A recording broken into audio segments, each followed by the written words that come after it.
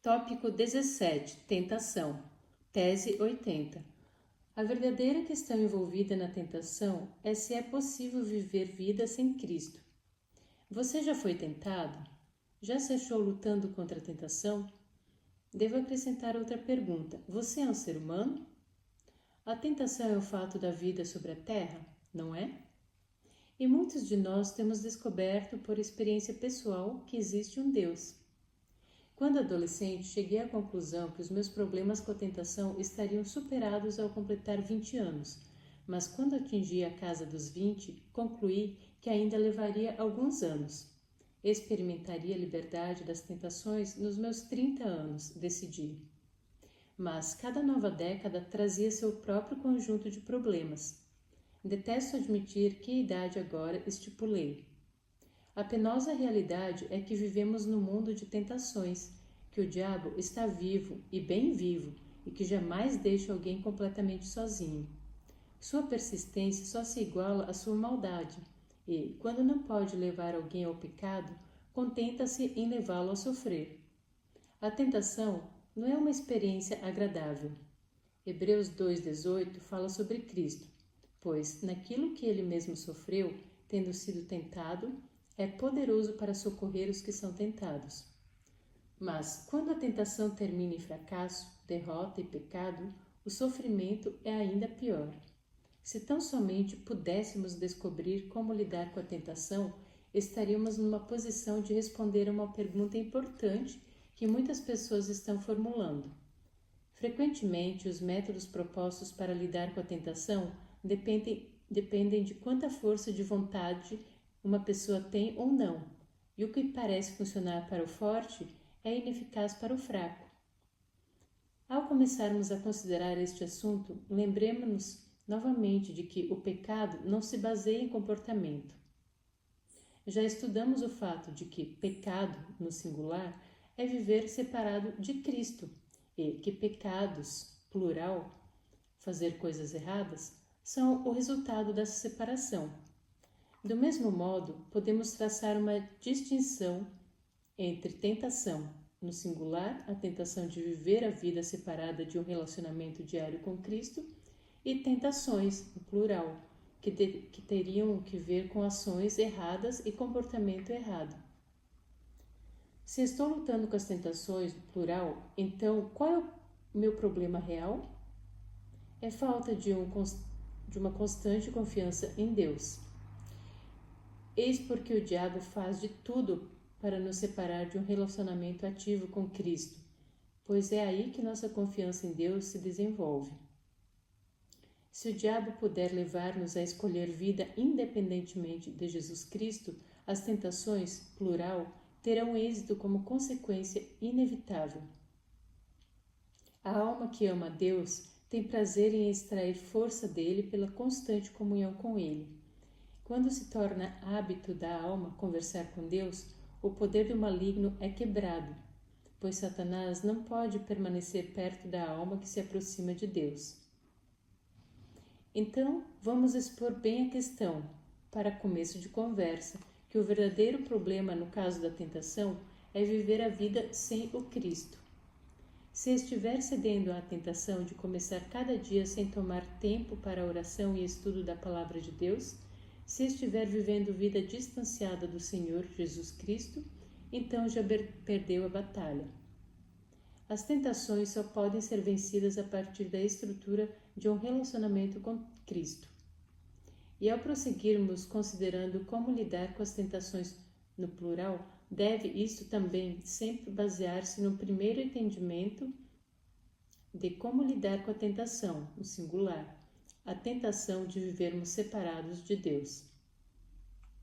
Mas o cristão que está diariamente submetendo-se a Cristo e gastando tempo em aprender a conhecê-lo melhor e confiar mais nele, pode ainda descobrir que não somente é tentado, mas que cedeu às tentações.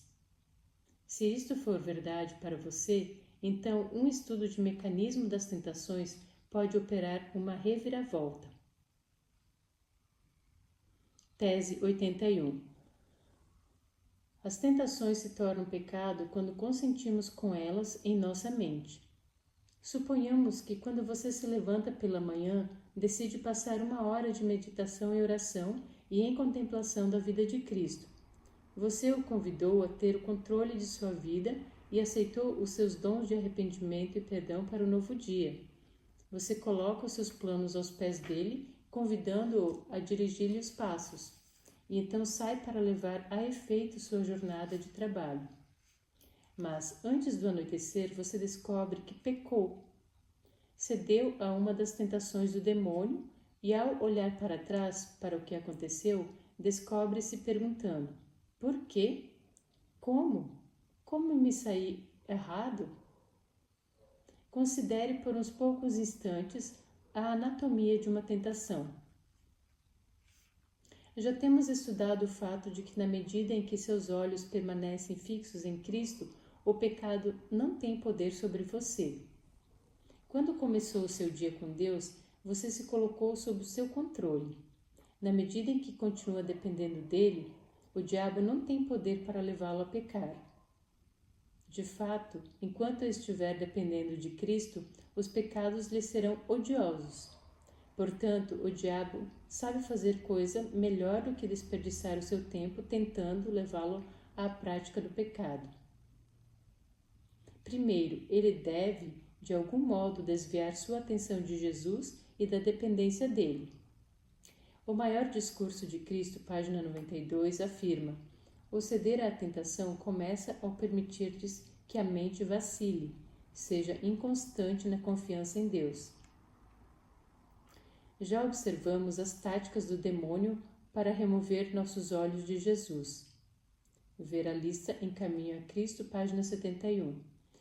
Ele o leva a ficar absorvidos nos prazeres, cuidados, perplexidades e tristezas, nas faltas dos outros, em suas próprias faltas e imperfeições, ou em ansiedade quanto a se estará salvo ou não.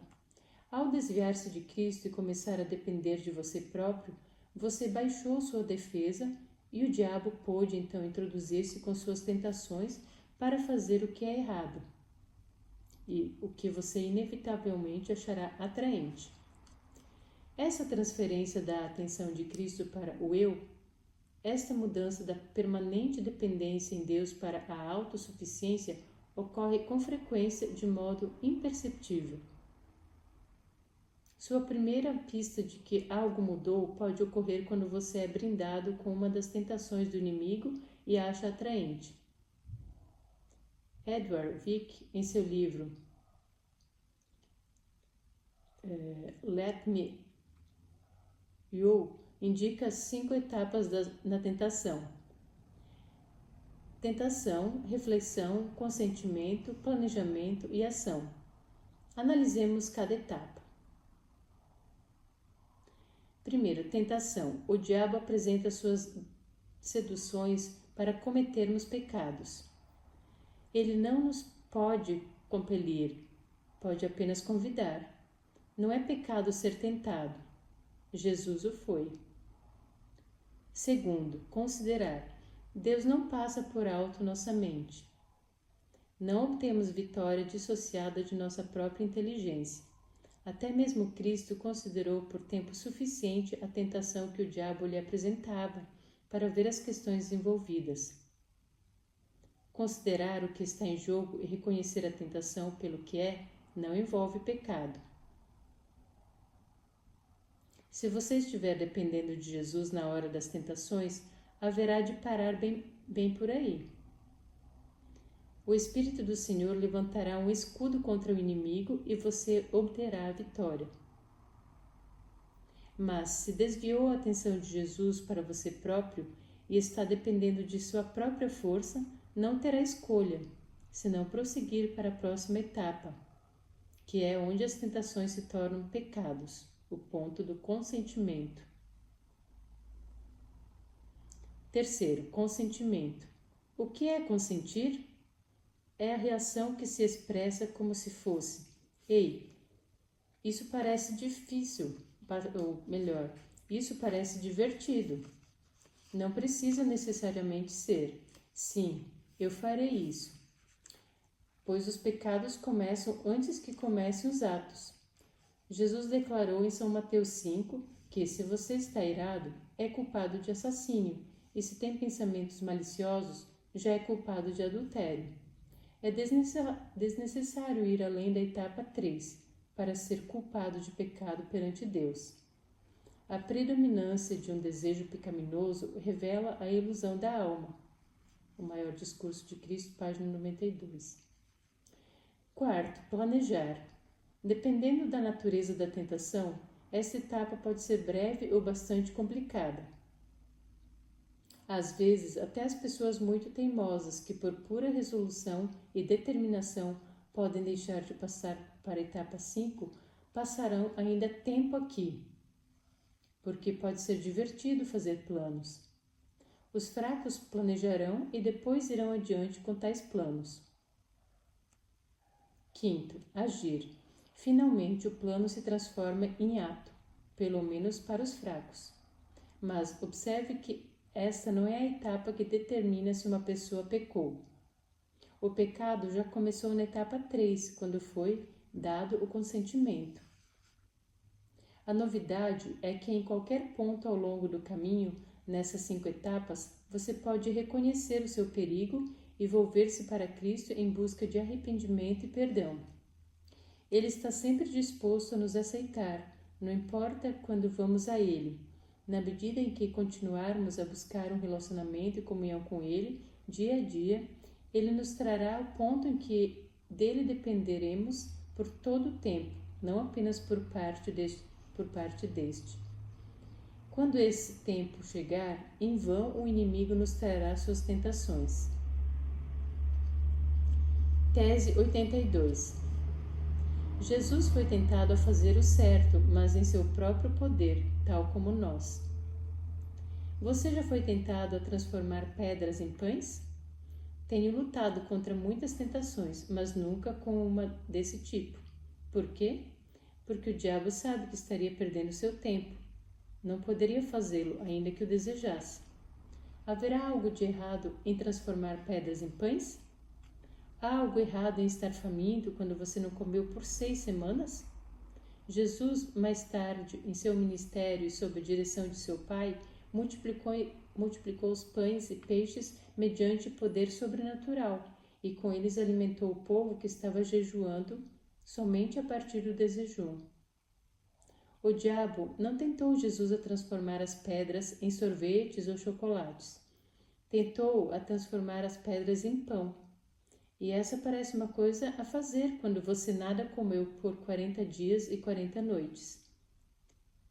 Todas as tentações que o diabo apresentou para desviar a Jesus de sua missão tinham um denominador comum. Todos destinavam-se a levar Jesus a parar de depender do poder do seu Pai e empregar o poder com o qual nascera. Os pecados são repulsivos a Jesus.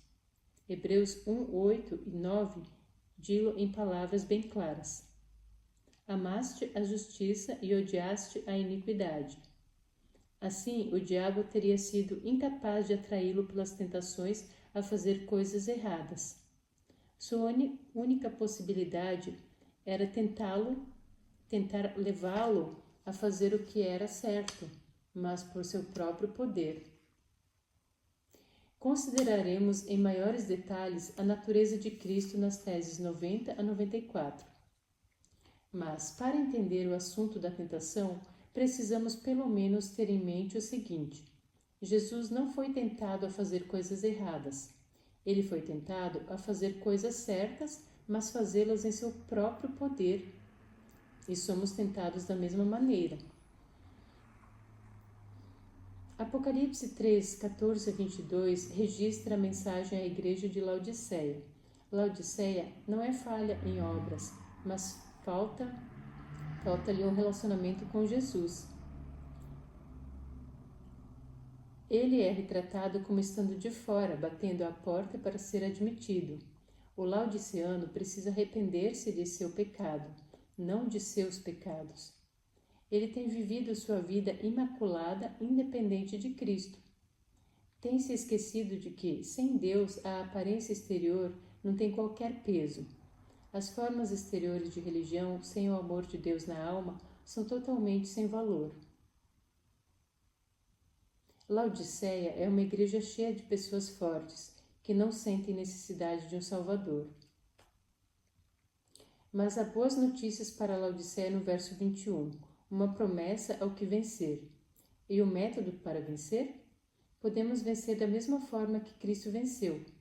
Tal como Cristo dependia de poder que estava acima dele, em vez de poder de dentro dele, assim se dá conosco.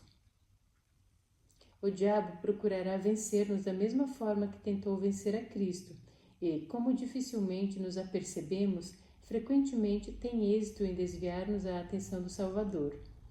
Ele não se chega a nós e pergunta se estaríamos interessados em cometer algum pecado terrível. Apenas tenta encher-nos os dias, as horas e os minutos com uma multidão de coisas, boas em si mesmas, que tirem nossa atenção de Jesus. Tenta manter-nos ocupados o bastante para não passar tempo em comunhão e relação com Cristo. Ele nem se incomoda que estejamos ocupados, trabalhando para a igreja, desde que nos encontremos demasiado ocupados para dar atenção a Cristo. Este é o pano de fundo. Ele não se preocupa com as coisas boas que fazemos, na medida em que a façamos por nossa própria força. Mas fomos advertidos do perigo. Jesus não só veio para morrer por nós, como veio para mostrar-nos como viver. Veio para mostrar-nos como resistir à tentação do inimigo de afastar-nos de nosso relacionamento com Deus para depender de nós próprios.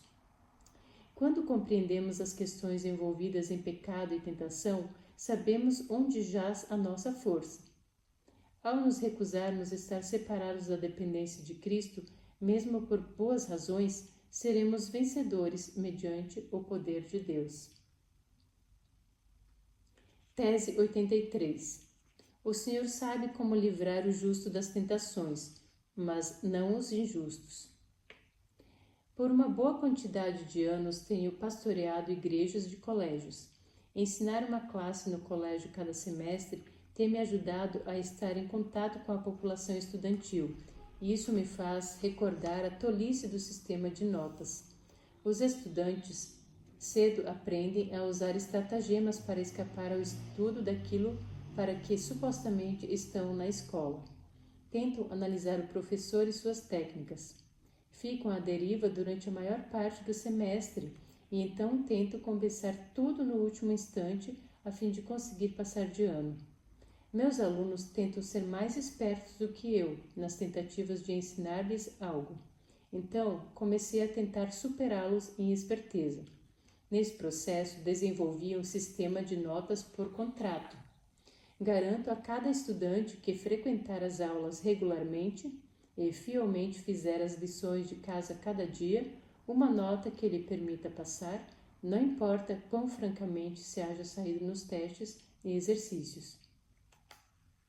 O que é mais interessante e divertido é que após anos de ensinos em centenas de estudantes, nenhuma vez um aluno que assistiu às aulas regularmente e entregou os trabalhos deixou de qualquer forma de obter uma nota que o aprovasse. Na medida em que assista às explicações e realiza as tarefas de casa, ele não tem problemas em superar os testes e exercícios. Deus prometeu livrar os justos da tentação. Você pode lê-lo em 2 Pedro 2,9. O Senhor sabe livrar da provação os piedosos. Mas quem são os piedosos?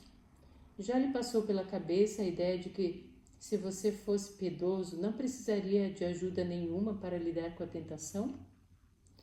O Salmo 1,6 declara: Pois o Senhor conhece o caminho dos justos, mas o caminho dos ímpios perecerá. Assim, os piedosos são os justos, e os impiedosos são os injustos. Os que são piedosos ou justos são os que não dependem de si próprios ou de sua justiça, mas da justiça de Cristo. Estes são os que o Senhor sabe como livrar da tentação. Os que são injustos ou impiedosos são os que dependem de sua própria justiça e seu próprio poder. Mas não tem nada. Até mesmo Deus é incapaz de livrar da tentação os que insistem em confiar em si mesmos. Seria seguro dizer que o Senhor não é capaz de livrar os impiedosos da tentação? Quantas vezes já foi derrotado em suas tentativas de viver a vida cristã porque, numa crise, você tenta fazer retiradas do poder em reserva com o qual não conta? É como tentar passar no exame para o qual não se preparou, ou emitir um cheque quando não se dispõe de dinheiro no banco para cobri-lo. A Ciência do Bom Viver, página 510, nos fala que, quando permitimos que nossa comunhão com Deus seja quebrada, ficamos sem defesa. Todos os bons objetivos e boas intenções que tenhais não vos tornarão aptos a resistir ao mal. Deveis ser homens e mulheres de oração. Ao buscar o Senhor dia após dia e ser transformado pela contemplação dele, você aprende quão fútil é depender de sua própria débil força. Quando para de procurar lutar contra o pecado e o diabo por você mesmo, então o Senhor é finalmente capaz de trazer a libertação. Ele tem todo o poder no céu e na terra, e, quando você repousa sobre tal poder, a vitória está assegurada. Tese 84. As tentações não são vencidas no momento da tentação, mas sempre antes. Certa vez ouvi um pregador dar, do púlpito, vários exemplos de como julgava que devíamos vencer a tentação. Suponhamos que você tenha um problema com o álcool, dizia ele. Você vai até o bar e compra uma garrafa de vinho, volta para o carro, retira a tampa e leva a garrafa aos lábios. Subitamente percebe que está sendo tentado. Bem, acredito que sim. Mas ele prosseguia. Suponhamos que você tenha um problema com tóxico. Faça um contato com o seu traficante e adquira uma quantidade maior do produto. Você volta para o seu apartamento, pega a seringa, agita a mistura e, quando está prestes a introduzir a agulha no braço, reconhece que está sendo tentado. O que deve fazer? Talvez um dos nossos maiores problemas com a tentação seja o de esperar até chegar à condição descrita por esse pregador e depois procurar resolver o que fazer. Mas então já é tarde demais. Se o pecado começa na mente, dando lugar ao que nossa confiança e dependência de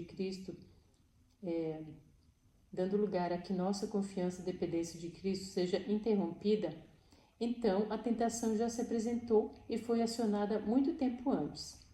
Se os pecados não constituem apenas atos errados, mas também pensamentos, planos e desejos, como temos feito notar nos últimos capítulos, então a tentação teve êxito, mesmo antes da ida até o bar ou ao traficante. A tentação já se tornara pecado no momento do consentimento mental. Planejar e cometer o pecado foi o resultado inevitável do pecado que já anteriormente houvera assumido forma. O maior discurso de Cristo, página 60, nos diz: o período de tentação sob o qual talvez uma pessoa caia em um pecado ofensivo não cria o mal revelado, mas apenas desenvolve ou torna manifesto aquilo que estava oculto e latente no coração. Um homem é tal quais são os seus pensamentos, porque de seu coração procedem as saídas da vida. Provérbios 23, 7, 4, 23. Quando você fracassa no exame de aritmética, o verdadeiro problema teve lugar quando deixou de aprender sua tabuada ou negligenciou resolver os problemas dados como dever de casa. Se de repente sua conta bancária apresenta saldo negativo, o problema começou quando você deixou de registrar no canhoto do talão todos os cheques que emitiu, ou não fez a adição ou subtração corretamente. Se encontrar afogando na extremidade mais profunda de uma piscina, o problema real é que não aprendeu a flutuar primeiro na extremidade rasa. Os fortes têm se valido de toda sorte de técnicas para tentar vencer o pecado no tempo da tentação. Os fracos tentam as mesmas técnicas e concluem que elas não fazem qualquer diferença. O problema não consiste em encontrar as palavras certas que deve dizer, ou oração que deve proferir, ou cântico que deve entoar no momento da tentação.